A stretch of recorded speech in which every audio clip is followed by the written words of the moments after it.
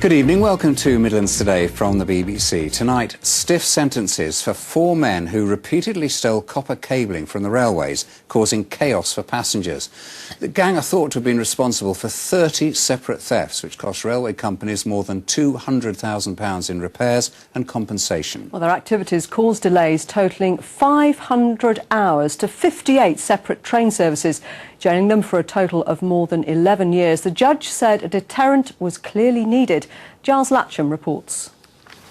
At court this morning, 4 men who turned their hometown of Nuneaton into a black spot for cable theft, notorious across the rail network.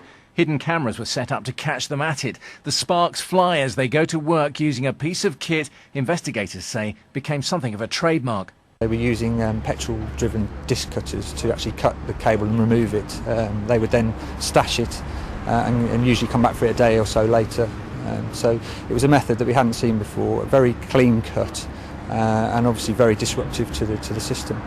The copper cables earned the gang thousands at scrapyards, but cost the rail companies more than £200,000 in repairs and fines for delayed services. The gang was persistent and prolific. They admitted to 30 thefts from 15 different sites. They returned to this stretch of track near Harts Hill on 8 occasions.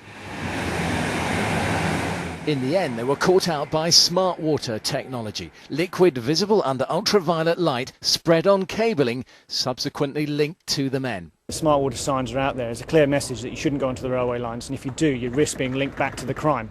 You're going to be linked back forensically, and as we've seen in this case, you're linked back not just to one crime, but many, through the forensic evidence that's been found on the tools, the clothing, the vehicles and the home. 26-year-old John Gowland was jailed for 3.5 years. 22-year-old George Brunozzi-Jones and Flame Redshaw, aged 20, both got 3 years. Dominic Wallace was jailed for 19 months. They're quite lengthy sentences. Often these people don't actually make an awful lot of money from this particular crime.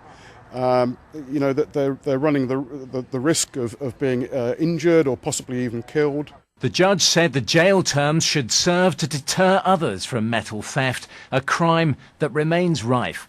Giles Latcham, BBC Midlands Today, Leamington Spa.